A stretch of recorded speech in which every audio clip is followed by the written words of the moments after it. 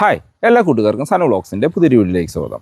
നിങ്ങൾ തമ്മിൽ കണ്ട പോലെ തന്നെ 8 തൊട്ട് 10 ലക്ഷം രൂപ വരെ ബഡ്ജറ്റിൽ ഓൺ റോഡ് പ്രൈസിന് ഇന്ത്യയിൽ ഇറക്കാൻ പറ്റുന്ന ബെസ്റ്റ് ഓട്ടോമാറ്റിക് കാർ ഏതാണ്, അതാണ് നമ്മളിന്ന് നോക്കാൻ പോകുന്നത്. റീസെൻ്റ്ലി നമ്മൾ 10 to 15 ലക്ഷം ബഡ്ജറ്റിൻ്റെ ഒരു വീഡിയോ ചെയ്തിരുന്നു. അതിന് അത്യാവശ്യം നല്ല റെസ്പോൺസ് ലഭിച്ചിരുന്നു. ആ വീഡിയോയിൽ വന്ന കുറച്ച് കമൻറ്റുകളാണ് ഈ 8 to 10 ലക്ഷം ബഡ്ജറ്റിൻ്റെ വീഡിയോ ചെയ്യാനായിട്ടുള്ള കാരണം. ഇപ്പോൾ ഇന്ത്യയിൽ ഇറങ്ങുന്നതിൽ കൂടുതൽ ഓട്ടോമാറ്റിക് കാറുകളാണ്. ഇപ്പോൾ നിങ്ങൾ ഏത് മാനുഫാക്ചറിൻ്റെ ഏത് വാഹനം നോക്കിക്കഴിഞ്ഞാലും ആ വാഹനങ്ങൾക്ക് എല്ലാത്തിനും ബേസ് വേരിയൻറ്റ് തൊട്ടേ അല്ലെങ്കിൽ സെക്കൻഡ് വേരിയൻറ്റ് തൊട്ടേ ഓട്ടോമാറ്റിക് സ്റ്റാർട്ട് ചെയ്യുന്നുണ്ട്. അപ്പോൾ എല്ലാ മാനുഫാക്ചേഴ്സിൻ്റെയും എല്ലാ വാഹനങ്ങളിലും ഓട്ടോമാറ്റിക്കിൻ്റെ ഒരു ഓപ്ഷനും ഇപ്പോൾ ഇന്ത്യയിൽ അവൈലബിൾ ആണ്. ഇന്ത്യയിൽ ഇറങ്ങുന്ന കാറുകളിൽ 80% കൂടുതൽ ഇപ്പോൾ ഓട്ടോമാറ്റിക് വാഹനങ്ങളാണ്. അതിപ്പോൾ നിങ്ങൾ ചെറിയ വാഹനങ്ങൾ ബഡ്ജറ്റിലുള്ള വാഹനങ്ങൾ എടുത്താലും ടോപ്പ് എൻഡ് ബഡ്ജറ്റിലുള്ള വാഹനങ്ങളിലേക്ക് പോയി കഴിഞ്ഞാലും കൂടുതൽ ഇറങ്ങുന്നത് ഓട്ടോമാറ്റിക് തന്നെയാണ്. അതുകൊണ്ടാണ് 8 തൊട്ട് 10 ലക്ഷം രൂപ വരെ ബഡ്ജറ്റിൽ ഇന്ത്യയിൽ ലഭിക്കുന്ന ബെസ്റ്റ് ഓട്ടോമാറ്റിക് വാഹനം ഏതാണ്, അല്ലെങ്കിൽ ഏത് ഓട്ടോമാറ്റിക് കാറാണ് ആ ബഡ്ജറ്റ് നിങ്ങൾ എടുക്കേണ്ടത് എന്ന് നമ്മൾ ഡിസ്കസ് ചെയ്യാനായിട്ട് പോകുന്നത്. ഇന്ത്യയിൽ ഇപ്പോൾ ഏറ്റവും കൂടുതൽ വാഹനങ്ങൾ ഇറങ്ങുന്ന ഒരു ബഡ്ജറ്റ് അല്ലെങ്കിൽ ഒരു സെഗ്മെൻറ്റ് 8 തൊട്ട് 10 ലക്ഷം രൂപ വരെയാണ്.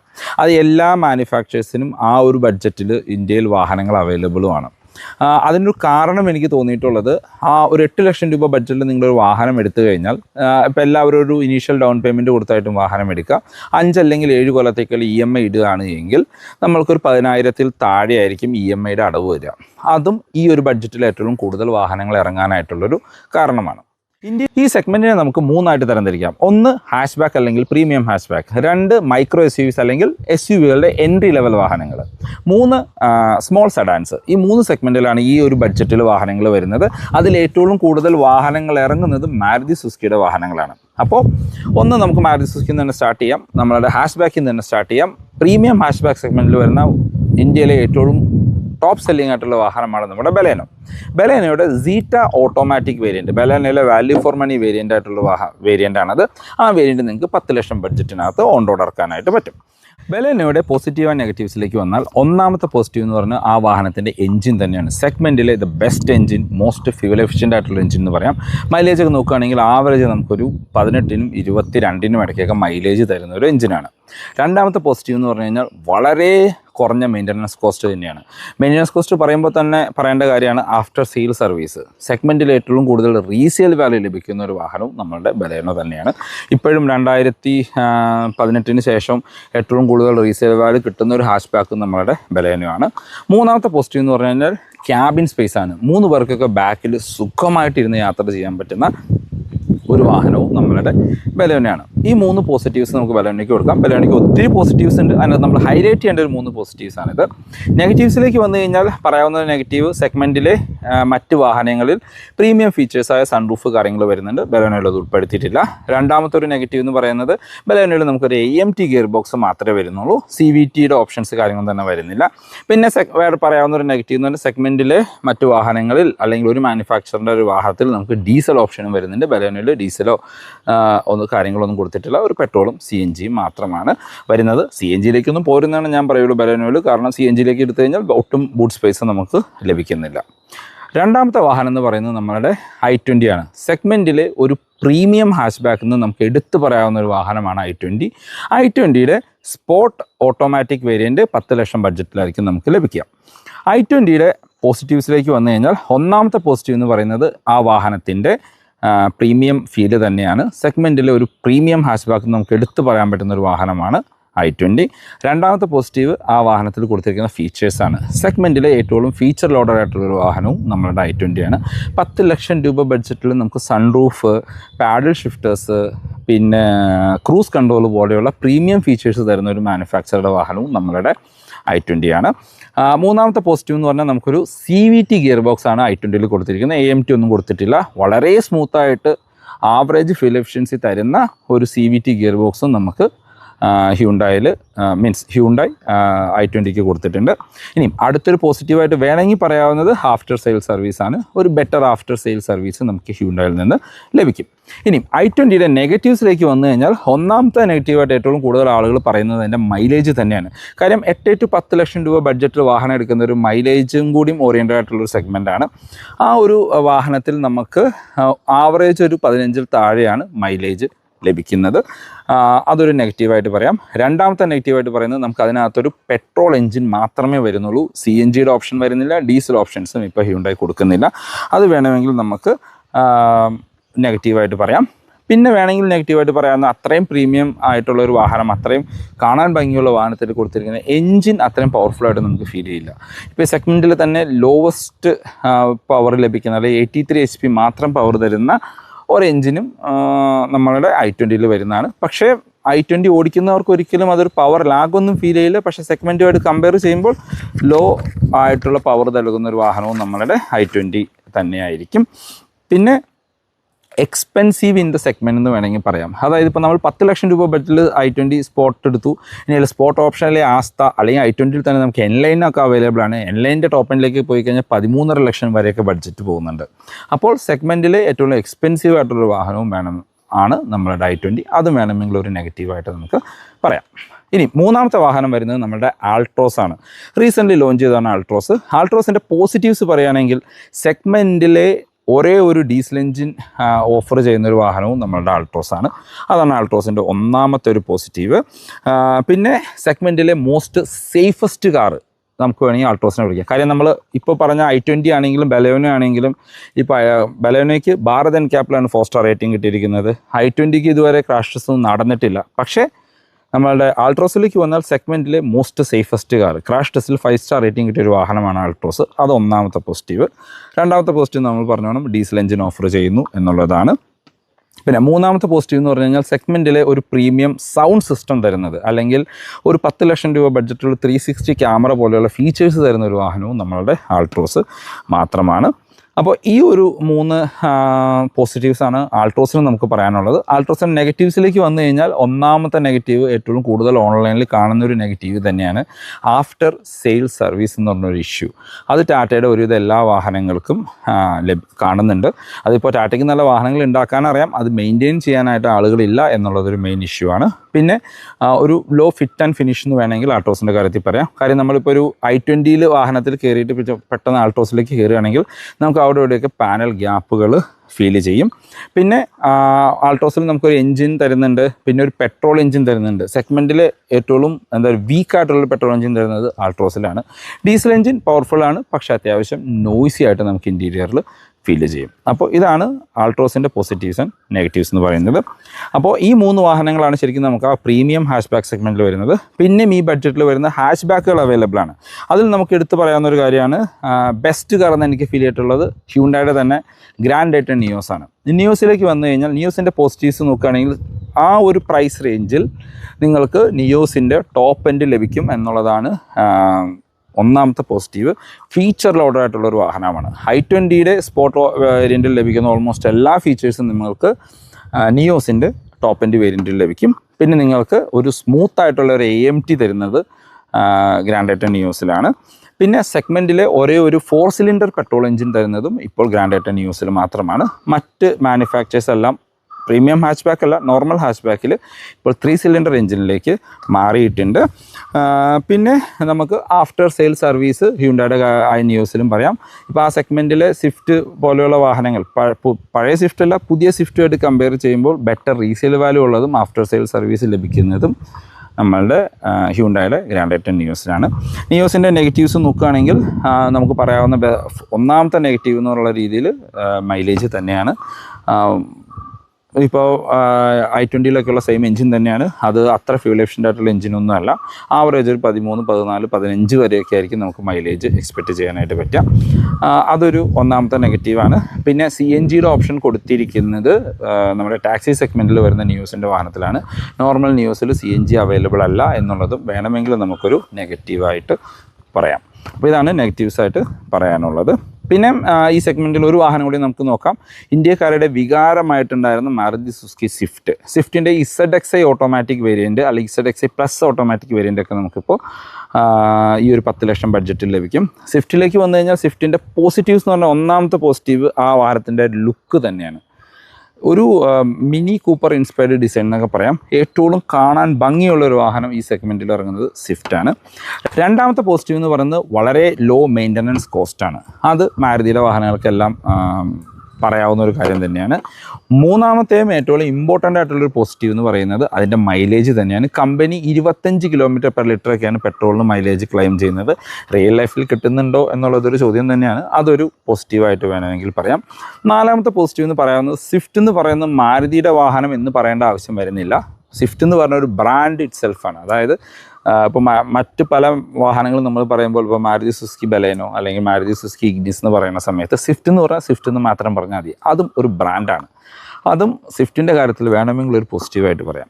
ഇനി സ്വിഫ്റ്റിൻ്റെ നെഗറ്റീവ് എന്ന് പറഞ്ഞു കഴിഞ്ഞാൽ ഏറ്റവും വലിയ നെഗറ്റീവ് സ്വിഫ്റ്റ് എന്ന് പറയുന്നത് സ്വിഫ്റ്റിൽ കൊടുത്തിരിക്കുന്ന പുതിയൊരു എഞ്ചിൻ തന്നെയാണ്. ആ മാരുതിയുടെ പുതിയ 1.2 ലിറ്റർ 3 സിലിണ്ടർ പെട്രോൾ എഞ്ചിൻ ഒരു എന്താ പറയുക, സ്വിഫ്റ്റിൻ്റെ ആ ഒരു ഡ്രൈവിംഗ് രസം അല്ലെങ്കിൽ പഴയ സ്വിഫ്റ്റ് ഉണ്ടായിരുന്ന ആ ഒരു സ്പോട്ടി ഫീല് പുതിയ എഞ്ചിനിൽ ലഭിക്കുന്നില്ല. അതാണ് സ്വിഫ്റ്റിൻ്റെ ഒന്നാമത്തെ നെഗറ്റീവ്. രണ്ടാമത്തെ നെഗറ്റീവ് മൈലേജ് തന്നെയാണ്. കമ്പനി 25 മൈലേജ് പറയുന്നുണ്ടെങ്കിൽ റിയൽ ലൈഫിൽ ഒരു 16-നും 18-നും ഇടയ്ക്കൊക്കെ മൈലേജ് ലഭിക്കുന്നുള്ളൂ. അതും വേണമെങ്കിൽ സ്വിഫ്റ്റിൻ്റെ ഒരു നെഗറ്റീവായിട്ട് പറയാം.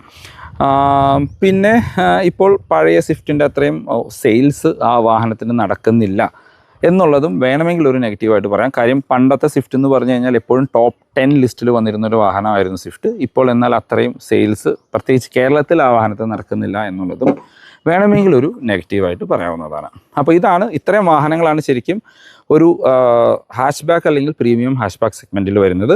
അടുത്ത സെഗ്മെൻറ്റ് എന്ന് പറയുന്നത് മൈക്രോ SUV അല്ലെങ്കിൽ എൻട്രി ലെവൽ SUVs ആണ്. നമുക്കതിൽ നിന്ന് ആദ്യം പറയാവുന്ന ഒരു വാഹനം എന്ന് പറയുന്നത് നമ്മളുടെ മാരുതി സുസുക്കി ഫ്രോങ്സ് തന്നെയാണ്. ഇപ്പോൾ ഇന്ത്യയിൽ ഏറ്റവും കൂടുതൽ ഇറങ്ങുന്ന ഒരു വാഹനം ഫ്രോങ്സിൻ്റെ 10 ലക്ഷം രൂപ ബഡ്ജറ്റിൽ വരുന്ന ഡെൽറ്റ പ്ലസ് മാനുവൽ അല്ലെങ്കിൽ ഓട്ടോമാറ്റിക് വേരിയൻറ്റുകളാണ്.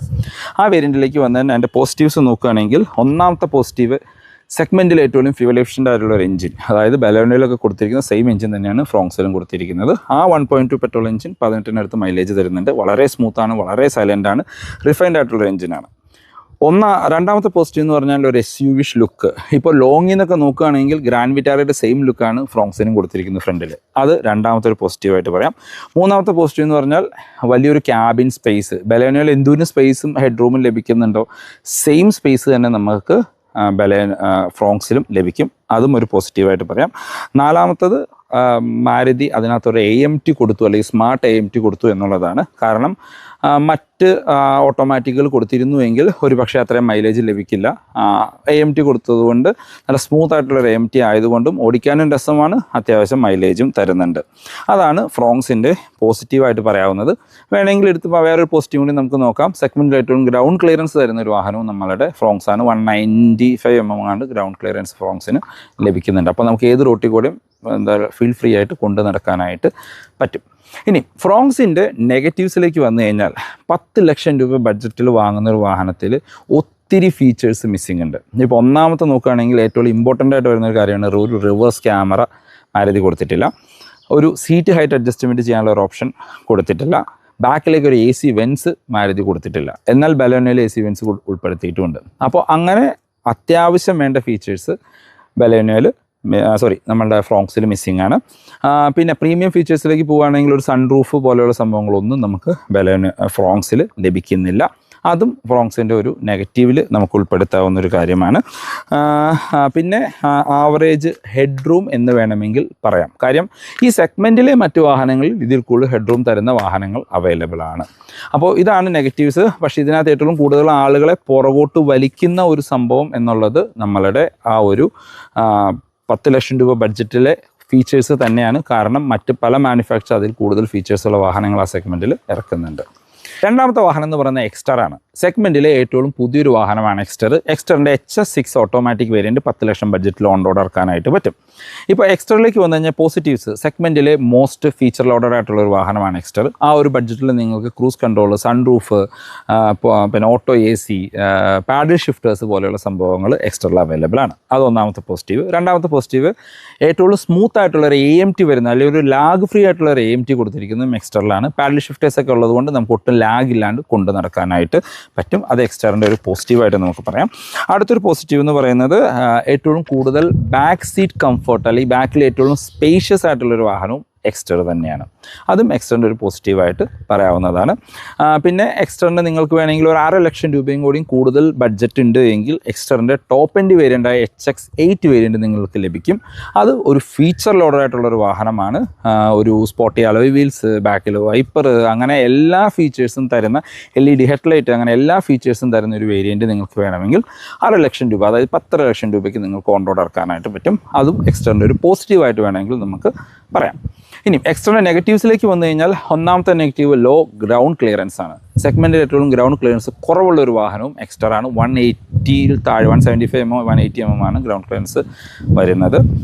രണ്ടാമത്തെ ഒരു നെഗറ്റീവ് എന്ന് പറയാവുന്നത് എക്സ്റ്ററിന് പെട്രോൾ എഞ്ചിൻ തന്നെയാണ്. കാര്യം പോസിറ്റീവിൽ നമ്മൾ പറയേണ്ട കാര്യമായിരുന്നു, വളരെ സ്മൂത്തായിട്ടുള്ള ഒരു പെട്രോൾ എഞ്ചിനാണ്. പക്ഷേ മൈലേജ് വളരെ കുറവാണ് എക്സ്റ്ററിന്. ഇപ്പോൾ ഫ്രോങ്സായിട്ട് കമ്പയർ ഒക്കെ ചെയ്യുകയാണെങ്കിൽ എക്സ്റ്ററിന് 14-15 ഇടയ്ക്കൊക്കെ ആവറേജ് മൈലേജ് നമ്മൾ എക്സ്പെക്റ്റ് ചെയ്താൽ മതി. 15-16 വരെയൊക്കെ ലഭിക്കുന്ന ആളുകളുണ്ട്. ലോങ് റൈഡൊക്കെ പോവുകയാണെങ്കിൽ ഒരു 17 വരെയൊക്കെ ലഭിക്കും. എക്സ്റ്ററിൻ്റെ ഒരു നെഗറ്റീവ്സിൽ പറയാവുന്ന കാര്യമാണ് അതിൻ്റെ ഒരു മൈലേജ്.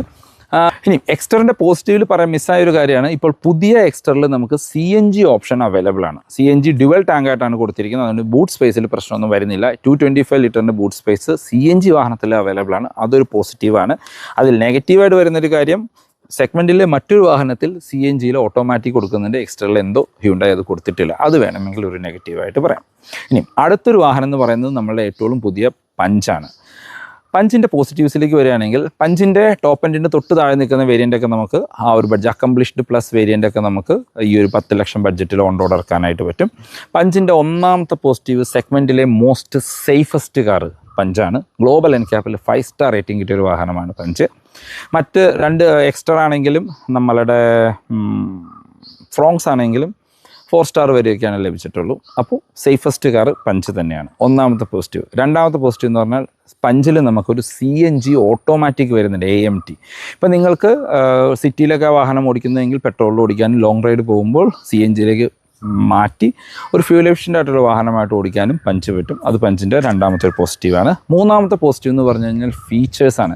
10 ലക്ഷം രൂപ താഴെ ബഡ്ജറ്റിൽ 360 ക്യാമറ തരുന്ന ഒരേ ഒരു മാനുഫാക്ചറുടെ വാഹനവും ടാറ്റ പഞ്ച് മാത്രമാണ്. അപ്പോൾ അതുപോലെ യൂസ്ഫുൾ ആവുന്ന കുറച്ചധികം ഫീച്ചേഴ്സ് പഞ്ചിൽ ലഭിക്കുന്നുണ്ട്. ഇതെല്ലാം പഞ്ചിൻ്റെ പോസിറ്റീവ്സ് എന്ന് പറയാം. പഞ്ചിൻ്റെ നെഗറ്റീവ്സിലേക്ക് വന്നു കഴിഞ്ഞാൽ ഒന്നാമത്തെ നെഗറ്റീവ് നമ്മൾ ആൾട്രോസിൽ പറഞ്ഞാണ് ആഫ്റ്റർ സെയിൽ സർവീസാണ്. ടാറ്റയുടെ ഒരു ബെസ്റ്റ് കാർ എന്ന് പഞ്ചിനെ പറയാം, പക്ഷേ ആഫ്റ്റർ സെയിൽസിൽ വരുന്ന കുറേ കൺസേൺസ് പഞ്ചിൽ ഉണ്ട്. രണ്ടാമത്തെ ഒരു നെഗറ്റീവ് എന്ന് പറയാവുന്നത് മൈലേജ് തന്നെയാണ്. പഞ്ചിന് കമ്പനി 20 മൈലേജ് പറയുന്നുണ്ടെങ്കിലും CNG എടുക്കുന്ന ആളുകൾക്ക് കമ്പനി പറയുന്നതിനടുത്ത് മൈലേജ് ലഭിക്കുന്നുണ്ട്. പെട്രോൾ ഓട്ടോമാറ്റിക് എടുക്കുന്നവർക്ക് മൈലേജ് 12-13 ആവറേജ് ലഭിക്കുക. അതൊരു നെഗറ്റീവായിട്ട് പറയാം. മൂന്നാമത്തെ നെഗറ്റീവ് എന്ന് പറഞ്ഞു കഴിഞ്ഞാൽ ക്യാബിൻ നോയ്സ് ആണ്, അല്ലെങ്കിൽ ക്യാബിനിൽ ഫിറ്റ് ആൻഡ് ഫിനിഷ് ഒരു നെഗറ്റീവായിട്ട് പറയാവുന്ന കാര്യമാണ്. അപ്പോൾ ഇതാണ് പഞ്ചിൻ്റെ ഒരു പോസിറ്റീവ് നെഗറ്റീവ്സ്. ഈ സെഗ്മെൻറ്റിൽ ഉൾപ്പെടുത്താൻ പറ്റുന്ന മറ്റൊരു വാഹനമാണ്, അല്ലെങ്കിൽ മറ്റ് 2 വാഹനങ്ങളാണ് നിസാൻ്റെ മാഗ്നൈറ്റും റെനോയുടെ കൈഗറും. രണ്ടും സെയിം വാഹനങ്ങൾ തന്നെയാണ്, സെയിം പ്ലാറ്റ്ഫോമാണ്, ഓൾമോസ്റ്റ് സിമിലർ ഫീച്ചേഴ്സാണ് തരുന്നത്. അപ്പോൾ ഈ വാഹനങ്ങളുടെ പോസിറ്റീവ്സിലേക്ക് പോയി കഴിഞ്ഞാൽ ഒന്നാമത്തെ പോസിറ്റീവ്, ചില സമയങ്ങളിൽ ഓഫർ എലിജിബിൾ ആവുകയാണ് എങ്കിൽ 10 ലക്ഷം രൂപ ബഡ്ജറ്റിൽ നിങ്ങൾക്കൊരു CVT ഓട്ടോമാറ്റിക് ലഭിക്കും എന്നുള്ളതൊരു ഒന്നാമത്തെ പോസിറ്റീവാണ്. രണ്ടാമത്തെ പോസിറ്റീവായിട്ട് പറയുന്നത് ഈ വാഹനങ്ങളുടെ ഒരു സേഫ്റ്റിയാണ്. ഗ്ലോബൽ എൻക്യാപ്പിൽ 5 സ്റ്റാർ റേറ്റിംഗ് കിട്ടിയ 2 വാഹനങ്ങളാണ് ഈ മാഗ്നറ്റും കൈഗറും. അതൊരു രണ്ടാമത്തെ പോസിറ്റീവായിട്ട് പറയാം. മൂന്നാമത്തെ പോസിറ്റീവ് എന്ന് പറഞ്ഞാൽ സെഗ്മെൻറ്റിലെ പവർഫുൾ എഞ്ചിൻ തരുന്നതും ഈ വാഹനങ്ങളാണ്. ഇപ്പോൾ നിങ്ങൾക്ക് CVT ലഭിക്കുന്നത് ടർബോ പെട്രോൾ എഞ്ചിനിലാണ്. ആ വാഹനം ലഭിക്കാൻ 100 HP പവറാണ് ലഭിക്കുന്നത്. നല്ല ഓടിക്കാൻ നല്ല രസമുള്ള നല്ല പവർഫുൾ ആയിട്ടുള്ളൊരു പെട്രോൾ എഞ്ചിൻ അല്ലെങ്കിൽ ഒരു വാഹനവും നമ്മളുടെ കൈഗർ അല്ലെങ്കിൽ മാഗ്നറ്റാണ്. ഇത്രയും ഇതിൻ്റെ പോസിറ്റീവായിട്ട് പറയാം. വേണമെങ്കിൽ അടുത്തൊരു പോസിറ്റീവ് ആയിരുന്നത് സ്പേഷ്യസ് ആയിട്ടൊരു ക്യാബിൻ ലഭിക്കും. കാര്യം വലിയ വാഹനമാണ്, സ്പേഷ്യസ് ആയിട്ട് ക്യാബിൻ ലഭിക്കും. ആ ബഡ്ജറ്റിൽ അത്യാവശ്യം ഫീച്ചേഴ്സ് ഉള്ള ഒരു വാഹനം ലഭിക്കും എന്നുള്ളൊരു പോസിറ്റീവാണ്. പിന്നെ ഇപ്പോൾ അതിനകത്ത് കുറച്ചും കൂടി ഫീച്ചർ ലോഡഡ് ആയിട്ടുള്ള 3rd വേരിയൻ്റ് അല്ലെങ്കിൽ 4th വേരിയൻ്റൊക്കെ നമുക്ക് AMTയിലും ഈ ഒരു ബഡ്ജറ്റിൽ ലഭിക്കും എന്നുള്ളൊരു പോസിറ്റീവാണ്. നെഗറ്റീവ്സിലേക്ക് വന്നു കഴിഞ്ഞാൽ ഒന്നാമത്തെ നെഗറ്റീവ്, നമ്മൾ CVT ഓട്ടോമാറ്റിക് എടുത്തു കഴിഞ്ഞാൽ ആ ബഡ്ജറ്റിൽ അതിൽ ഒട്ടും ഫ്യൂവൽ എഫിഷ്യൻ്റ് അല്ല എന്നുള്ളതാണ്. പവർഫുള്ളാണ്, പക്ഷേ ഫ്യൂവൽ എഫിഷ്യൻസിലേക്ക് വരുമ്പോൾ ആവറേജ് ഒരു 12-13 ആയിരിക്കും മൈലേജ് ലഭിക്കുകയുള്ളൂ. അതൊരു ഒന്നാമത്തെ നെഗറ്റീവായിട്ട് പറയാം. രണ്ടാമത്തെ നെഗറ്റീവ് എന്ന് പറയുന്നത് അതല്ല, നിങ്ങളിപ്പോൾ CVT മാറ്റി AMT എടുത്തു. സെഗ്മെൻറ്റിൽ ഏറ്റവും കുറവ് പവർ തരുന്ന ഒരു AMT 1 ലിറ്റർ പെട്രോൾ എഞ്ചിനാണ്. അത് AMT ആയിട്ടാണ് പെയർ ചെയ്തിരിക്കുന്നത്. അത്യാവശ്യം വളരെ ലാഗുള്ളൊരു എഞ്ചിനാണ്. അത് നമുക്ക് ഈ 2 വാഹനങ്ങളുടെ നെഗറ്റീവ്സിൽ ഉൾപ്പെടുത്താവുന്നതാണ്. ഇത് രണ്ടുമാണ് ബിഗ്ഗസ്റ്റ് നെഗറ്റീവ്. ഇപ്പോൾ AMT ആണെങ്കിലും CVT ആണെങ്കിലും മൈലേജ് കമ്പാരിറ്റീവ്ലി കുറവാണ്. ഈ രണ്ട് നെഗറ്റീവാണ് ശരിക്കും ഈ വാഹനങ്ങൾക്ക് നമുക്ക് എടുത്ത് പറയാവുന്ന നെഗറ്റീവ്. പിന്നെ വേണമെങ്കിൽ വേണ്ടി പറയാം, ഇതിൻ്റെ ഇപ്പോൾ CVT നമുക്ക് വേറൊരു വേരിയൻറ്റ് വേണമെങ്കിൽ അതൊരു എക്സ്പെൻസീവാണ്, 10 ലക്ഷത്തിൽ നിൽക്കില്ല എന്നുള്ളതും ഒരു നെഗറ്റീവായിട്ട് വേണമെങ്കിൽ പറയാം. പിന്നെ ഈ സെഗ്മെൻറ്റിൽ വരുന്നൊരു വാഹനമാണ് സിട്രോൺ C3. നമ്മൾ ഉൾപ്പെടുത്താത്തത് നമ്മൾ ഒരിക്കലും നമ്മളുടെ ടോപ്പ് 10 ലിസ്റ്റിലോ അല്ലെങ്കിൽ ഇന്ത്യയിൽ കൂടുതൽ ഇറങ്ങുന്ന വാഹന ലിസ്റ്റിലോ ഒന്നും സിട്രോൺ വന്നിട്ടില്ല. അതുകൊണ്ടാണ് സിട്രോൺ C3നെ ഉൾപ്പെടുത്താത്തത്. C3 സെഗ്മെൻറ്റിൽ വൺ ഓഫ് ദ ബെസ്റ്റ് വാഹനമാണ്. അതിന് അത്യാവശ്യം പോസിറ്റീവ്സും നെഗറ്റീവ്സും ഉണ്ട്. ഇനി നമുക്ക് നോക്കാനുള്ളത് സെഡാനുകളാണ്, സ്മോൾ സെഡാൻസ്. അതിനകത്ത് ഒന്നാമത്തെ വാഹനം നമ്മളുടെ മാരുതി സുസുക്കി ഡിസയറാണ്. ഡിസയറിൻ്റെ പോസിറ്റീവ്സ് പറയുകയാണെങ്കിൽ ഒത്തിരി പോസിറ്റീവ് ഉണ്ട്. ഒന്നാമത്തെ പോസിറ്റീവ്, മാരുതി സുസുക്കിയുടെ കാറുകളിൽ ഗ്ലോബൽ എൻക്യാപ്പിൽ 5 സ്റ്റാർ റേറ്റിംഗ് കിട്ടിയ ഫസ്റ്റ് കാർ ഡിസയറാണ്. ഒന്നാമത്തെ പോസിറ്റീവ്. രണ്ടാമത്തെ പോസിറ്റീവ്, ഒരു പ്രീമിയം ലുക്കിംഗ് കാറാണ് ഡിസയർ. സെഗ്മെൻറ്റിൽ ഒരു ഏറ്റവും കാണാൻ ഭംഗിയുള്ള വാഹനം എന്ന് വേണമെങ്കിൽ നമുക്ക് ഡിസയറിനെ വിളിക്കാം. മൂന്നാമത്തെ പോസിറ്റീവായിട്ട് പറയാവുന്നത് ആ വാഹനത്തിൻ്റെ മൈലേജാണ്. പെട്രോൾ ആണെങ്കിൽ നമുക്കൊരു കമ്പനി 25 പറയുന്നുണ്ട്, ഒരു 18-20 ഇടയ്ക്ക് ആവറേജ് മൈലേജ് ലഭിക്കും. CNGയിൽ കമ്പനി പറയുന്നത് 33 ആവറേജ് 30 കിലോമീറ്റർ മൈലേജ് ലഭിക്കും. മൂന്നാമത്തെ പോസിറ്റീവ്. നാലാമത്തെ പോസിറ്റീവായിട്ട് നമുക്ക് പറയാവുന്നത് അതിനകത്ത് കൊടുത്തിരിക്കുന്ന നല്ല ഓടിക്കാൻ രസമുള്ള ഒരു AMT ഗിയർ ബോക്സാണ്. അതും വേണമെങ്കിൽ നമുക്കൊരു പോസിറ്റീവായിട്ട് പറയാം. പിന്നെ അത്യാവശ്യം ഫീച്ചർ ലോഡഡ് ആയിട്ടുള്ളൊരു വാഹനവുമാണ് നമ്മളുടെ ഡിസയർ. അതും വേണമെങ്കിൽ നമുക്ക് പോസിറ്റീവ്സിൽ ഉൾപ്പെടുത്താവുന്നതാണ്. ഇനി ഡിസയറിൻ്റെ നെഗറ്റീവ്സും ഉണ്ട്. നെഗറ്റീവ്സിൽ പോയി കഴിഞ്ഞാൽ ഒന്നാമത്തെ നെഗറ്റീവായിട്ട് പറയാവുന്നത് ആ വാഹനത്തിൻ്റെ എൻജിൻ തന്നെയാണ്. പഴയ ഡിസയറിൻ്റെ എൻജിനായിട്ട് കമ്പയർ ചെയ്യുമ്പോൾ 3 സിലിണ്ടർ എൻജിൻ അത്യാവശ്യം നോയ്സിയാണ്. കമ്പനി 25 മൈലേജ് പറയുന്നുണ്ട് എങ്കിലും 15 ഒരു 16-നും 18 ഇടയ്ക്കൊക്കെയാണ് റിയൽ ലൈഫിൽ മൈലേജ് ലഭിക്കുന്നുള്ളൂ. അതൊരു നെഗറ്റീവാണ്. ആ പണ്ടത്തെ സ്വിഫ്റ്റ് അല്ലെങ്കിൽ ഡിസയർ ഓടിക്കാനുള്ള ഒരു രസം പുതിയ ഡിസയറിൽ ലഭിക്കുന്നില്ല. അതൊരു നെഗറ്റീവാണ്. രണ്ടാമത്തെ നെഗറ്റീവ് എന്ന് പറയുന്നത് ഇപ്പോൾ കുറച്ചും കൂടി ഫീച്ചേഴ്സുള്ള സൺറൂഫ് പോലെയുള്ള സംഭവങ്ങൾ വേണമെങ്കിൽ നമ്മളുടെ ബഡ്ജറ്റ് 10 ലക്ഷത്തിന് മുകളിൽ പോകും. അപ്പോൾ 10 ലക്ഷം ബഡ്ജറ്റിൽ നമുക്ക് ബേസിക്കായിട്ട് വേണ്ട ഫീച്ചേഴ്സ് ലഭിക്കുന്നുള്ളൂ, പ്രീമിയം ഫീച്ചേഴ്സ് ലഭിക്കുന്നില്ല എന്നുള്ളതും ഒരു നെഗറ്റീവായിട്ട് വേണമെങ്കിൽ പറയാം. അടുത്തൊരു നെഗറ്റീവായിട്ട് പറയാവുന്നത് ടാക്സി സെഗ്മെൻറ്റിൽ പെട്രോളും കൂടുതൽ ഇറങ്ങുന്ന ഒരു വാഹനമാണ്. അപ്പോൾ ഇപ്പോൾ നമ്മളൊരു എടുത്തു കഴിഞ്ഞാൽ ഒരു ടാക്സി വാഹനമായിട്ട് ഫീൽ ചെയ്യുകയോ അല്ലെങ്കിൽ വൈറ്റ് കളർ എടുക്കാണ്ട് വേറെയും കളറൊക്കെ എടുക്കേണ്ടി വരും. അതും വേണമെങ്കിൽ നമുക്കൊരു നെഗറ്റീവായിട്ട് പറയാവുന്നതാണ്. പിന്നെ AMT മാത്രമുള്ളൂ സെഗ്മെൻറ്റിലെ മറ്റ് മാനുഫാക്ചേഴ്സിൻ്റെ വാഹനങ്ങളിൽ നമുക്ക് CVT അവൈലബിൾ ആണ്. അതുകൊണ്ട് ഇതിലൊരു AMT മാത്രമുള്ളൂ എന്നുള്ളതും വേണമെങ്കിൽ ഒരു നെഗറ്റീവായിട്ട് പറയാം. അടുത്തൊരു വാഹനം ഈ സെഗ്മെൻറ്റിൽ വരുന്നത് നമ്മളുടെ ഹോണ്ട അമേസ് ആണ്. അമേസിൻ്റെ പോസിറ്റീവ്സിലേക്ക് വന്നു കഴിഞ്ഞാൽ ഒന്നാമത്തെ പോസിറ്റീവ്, ആ ഒരു 10 ലക്ഷം ബഡ്ജറ്റിൽ ബേസ് വേരിയൻറ്റ് തൊട്ടേ നമുക്കൊരു CVT ഓട്ടോമാറ്റിക് ലഭിക്കുന്നു എന്നുള്ളതാണ് ഒന്നാമത്തെ പോസിറ്റീവ്. രണ്ടാമത്തെ പോസിറ്റീവ്, സെഗ്മെൻറ്റിൽ 4 സിലിണ്ടർ പെട്രോൾ എഞ്ചിൻ തരുന്ന ഒരു വാഹനവും നമ്മളുടെ അമേസാണ്. അത് രണ്ടാമത്തെ ഒരു പോസിറ്റീവാണ്. ആ അമേസിൻ്റെ ഒരു ഇൻറ്റീരിയർ ആണെങ്കിൽ നമുക്ക് അത്യാവശ്യം ഒരു പ്രീമിയം ഇൻറ്റീരിയറായിട്ട് ഫീൽ ചെയ്യും. എക്സ്റ്റീരിയർ എന്ന ഇൻറ്റീരിയർ ആണെങ്കിൽ പുതിയൊരു വാഹനമായതുകൊണ്ട് കുറച്ചുകൂടി പ്രീമിയം വാഹനമായിട്ട് ഫീൽ ചെയ്യും. അതും അമേസിൻ്റെ പോസിറ്റീവായിട്ട് പറയാം. അമേസിൻ്റെ നെഗറ്റീവ്സിലേക്ക് പോയി കഴിഞ്ഞ് കഴിഞ്ഞാൽ ഒന്ന്, CVT ഗിയർ ബോക്സ് ആയതുകൊണ്ട് മൈലേജ് കമ്പാരിറ്റീവ്ലി കുറവാണ്. അതൊരു ഒന്നാമത്തെ നെഗറ്റീവായിട്ട് വേണമെങ്കിൽ നമുക്ക് പറയാം. രണ്ടാമത്തെ നെഗറ്റീവ് എന്ന് പറഞ്ഞാൽ നമുക്കൊരു ബേസ് വേരിയൻറ്റ് കാറേ ആ ഒരു ബഡ്ജറ്റിൽ ലഭിക്കുന്നുള്ളൂ. അതൊരു നെഗറ്റീവാണ്. നമ്മളിപ്പോൾ ഒരു വേരിയൻ്റ് എന്നുള്ളൊരു ബേസ് വേരിയൻ്റാണ് ലഭിക്കുക. അതിന് മുകളിൽ വേരിയൻറ്റിലേക്ക് പോവുകയാണെങ്കിൽ നമുക്കൊരു എക്സ്പെൻസീവായിട്ട് ഫീൽ ചെയ്യും. ആ ബഡ്ജറ്റിൽ നമുക്ക് വേറെ വാഹനങ്ങൾ അവൈലബിൾ ആണ്. അത് വേണമെങ്കിൽ ഒരു നെഗറ്റീവായിട്ട് പറയാം. പിന്നെ ഫീച്ചേഴ്സ് പറഞ്ഞ തന്നെ ഇപ്പോൾ ഒരു ബേസ് വേരിയൻ്റ് ആയതുകൊണ്ട് വളരെ ലിമിറ്റഡ് ഫീച്ചേഴ്സാണ് നമുക്ക് അകത്ത് ലഭിക്കുക. അതും വേണമെങ്കിൽ നമുക്കൊരു നെഗറ്റീവായിട്ട് പറയാവുന്ന കാര്യമാണ്. അപ്പോൾ ഇത്രയും രണ്ട് വാഹനങ്ങളാണ് ശരിക്കും സെഡാനിൽ വരിക. പിന്നെ വരുന്നുണ്ട് നമ്മുടെ ഹ്യുണ്ടായുടെ ഓറ. നമുക്ക് വേണമെങ്കിൽ ഈ സെഗ്മെൻറ്റിൽ പറയാവുന്ന ഒരു വാഹനമാണ്. അതല്ലെങ്കിൽ നമ്മളുടെ ടാറ്റയുടെ ടിഗോർ ഈ സെഗ്മെൻറ്റിൽ പറയാവുന്ന വേറൊരു വാഹനമാണ്. പക്ഷേ ഇതൊന്നും നമ്മൾ ഉൾപ്പെടുത്താത്തത് ഇതൊരിക്കലും ഒരു ടോപ്പ് സെല്ലിംഗ് വാഹനങ്ങളിലോ ഈ ബഡ്ജറ്റിൽ വാഹനങ്ങൾ വാങ്ങുന്നവരുടെ കൺസിഡറേഷനിലോ വരാത്ത വാഹനമാണ്. അതുകൊണ്ടാണ് ഈ രണ്ട് വാഹനങ്ങളും ഉൾപ്പെടുത്താത്തത്. ഇതിൻ്റെ കൂടെ പറയാവുന്ന ഒരു കാര്യമാണ്, നിങ്ങളിപ്പോൾ ഓട്ടോമാറ്റിക് നോക്കുന്നില്ല 10 ലക്ഷം രൂപ ബഡ്ജറ്റിൽ, നിങ്ങളൊരു പ്യുവർ മാനുവൽ വേരിയൻറ്റ് ഓടിക്കാൻ ഇഷ്ടമുള്ള ഒരാളാണ്, അല്ലെങ്കിൽ ഒരു മാനുവൽ കാറുകളുടെ ഫാനാണ് എങ്കിൽ ഒരു കോംപ്ലിമെൻ്റ് ആയിട്ട് പറയാവുന്ന ഒരു കാര്യമാണ് ബ്രസയുടെ ബേസ് വേരിയൻറ്റ്, നെക്സോണിൻ്റെ ബേസ് വേരിയൻറ്റ്, പുതിയ വെന്നുവിൻ്റെ ബേസ് വേരിയൻറ്റ്, പിന്നെ നമ്മളുടെ Mahindra XUV 3XOൻ്റെ REVX A base variant. ഇത്രയും വാഹനങ്ങൾ നിങ്ങൾക്ക് 10 ലക്ഷം രൂപ താഴെ ബഡ്ജറ്റിൽ മാനുവൽ അവൈലബിൾ ആണ്. നിങ്ങൾക്ക് മൈക്രോ SUV വേണ്ട, ഒരു ഹാഷ് ബാക്ക് വേണ്ട, ഒരു കുറച്ചുകൂടി വലിപ്പമുള്ള ഒരു SUV വാഹനം വേണമെങ്കിൽ നിങ്ങൾക്ക് 10 ലക്ഷം രൂപ താഴെ ബഡ്ജറ്റിൽ മാനുവലിൽ ഈ വാഹനങ്ങളും കൂടി കൺസിഡർ ചെയ്യാം. ഇതിലേതാണ് ബെസ്റ്റ് എന്ന് ചോദിച്ചു കഴിഞ്ഞാൽ എൻ്റെ അഭിപ്രായത്തിൽ റീസെൻ്റ്ലി ലോഞ്ച് ചെയ്ത പുതിയ വെന്യൂ ആയിരിക്കും. വെന്യൂവിൻ്റെ ടർബോ പെട്രോൾ എഞ്ചിനുള്ള വാഹനമൊക്കെ നമുക്ക് 10.5 ലക്ഷം രൂപയ്ക്കൊക്കെ ഓൺ റോഡ് ഇറക്കാനായിട്ട് വരും ബേസ് വേരിയൻറ്റ്. അത്യാവശ്യം ആക്സസറീസ് ചെയ്യുകയാണെങ്കിൽ നല്ല ഫീച്ചറുള്ളൊരു വാഹനമായിട്ടും ടോപ്പ് എൻഡ് ലുക്കുള്ള ഒരു വാഹനമായിട്ടും നമുക്കത് ഫീൽ ചെയ്യും. അതൊരു കോംപ്ലിമെൻ്റ് ആണ്. പിന്നെ പറയാവുന്നൊരു കാര്യം, 10.5 ലക്ഷം രൂപ ബഡ്ജറ്റിൽ നിങ്ങൾക്ക് വേണമെങ്കിൽ നമ്മളുടെ ടാറ്റ നെക്സോണിൻ്റെ സ്മാർട്ട് പ്ലസ് വേരിയൻറ്റിൽ ഓട്ടോമാറ്റിക് അവൈലബിൾ ആണ്. അപ്പോൾ അത്രയും വലിപ്പമുള്ള ഒരു വാഹനം നിങ്ങൾക്ക് ലഭിക്കും, ഒരു AMT ഓട്ടോമാറ്റിക്കും ലഭിക്കും. അത് നെക്സോണിൻ്റെ ഒരു അഡ്വാൻറ്റേജ് ആയിട്ട് പറയാം. ഇതിൻ്റെ ഉൾപ്പെടുന്ന വാഹനമല്ല, പക്ഷേ പലരും പ്യുവർ മാനുവൽ ഫാൻ ആയിരിക്കും, അവർക്ക് വേണമെങ്കിൽ കൺസിഡർ ചെയ്യാവുന്ന ഒരു ഓപ്ഷനും കൂടിയാണത്. അതിൽ എൻ്റെ പേഴ്സണൽ ചോയ്സ് എന്ന് പറയുന്നത് പുതിയ വെന്യുവിൻ്റെ ടർബോ പെട്രോൾ എഞ്ചിനുള്ള മാനുവൽ വേരിയൻ്റ് ആണ്. നോർമൽ മാനുവൽ വേരിയൻറ്റ് 1.2 മാനുവൽ ആണ് എങ്കിൽ 9 ലക്ഷം രൂപ ബഡ്ജറ്റിനൊക്കെ നമുക്ക് ലഭിക്കും. അതും ഫീച്ചറോടാണ്. പക്ഷേ വെന്യു എടുക്കുന്നവർ ടർബോ എടുക്കാനായിട്ട് നോക്കുക. വീഡിയോയുടെ കൺക്ലൂഷനിലേക്ക് വരാം.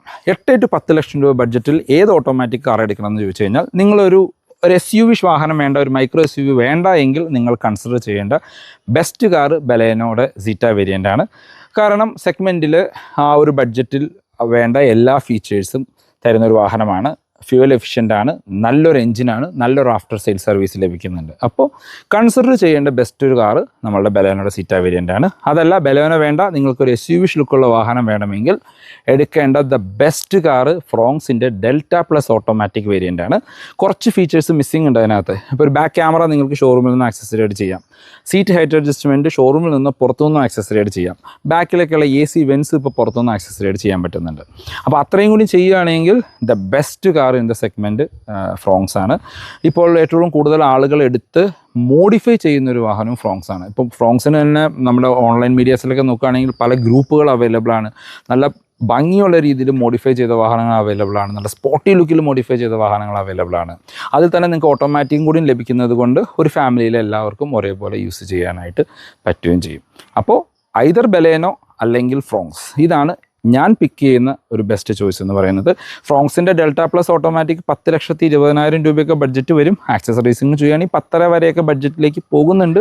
സ്റ്റിൽ കൺസിഡർ ചെയ്യാവുന്ന ബെസ്റ്റ് കാർ തന്നെയാണ്. അതല്ല, നമ്മൾ ആദ്യം പറഞ്ഞോണം നിങ്ങൾക്കൊരു ഫുൾ സൈസ് SUV വേണം, ഒരു മാനുവൽ വേരിയൻറ്റ് മതിയെങ്കിൽ ഗോ വിത്ത് ദ വെന്യുവിൻ്റെ ബേസ് വേരിയൻറ്റ് ടർബോ പെട്രോൾ എഞ്ചിനുള്ള വാഹനം ബെസ്റ്റ് എന്ന് നമുക്ക് പറയാനായിട്ട് പറ്റും.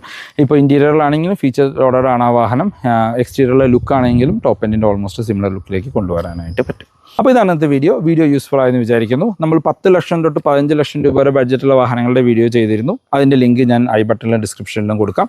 ഇപ്പോൾ 8 to 10 ലക്ഷം കൂടുതൽ ആളുകൾ റിക്വസ്റ്റ് ചെയ്ത ഒരു സെഗ്മെൻറ്റാണ്. അതുകൊണ്ടാണ് ഇങ്ങനെ ഒരു വീഡിയോ ചെയ്യാനായിട്ട് കാരണം. ഇപ്പോൾ മാരുതി വാഹനങ്ങൾ എടുക്കാനാണെങ്കിൽ ഞാൻ ഡിസ്ക്രിപ്ഷനിൽ നമ്പർ കൊടുക്കാം, ഹ്യുണ്ടായി എടുക്കാനാണെങ്കിൽ ഡിസ്ക്രിപ്ഷനിൽ നമ്പർ കൊടുക്കാം, നിങ്ങൾക്ക് അവരെ കോൺടാക്ട് ചെയ്യാം.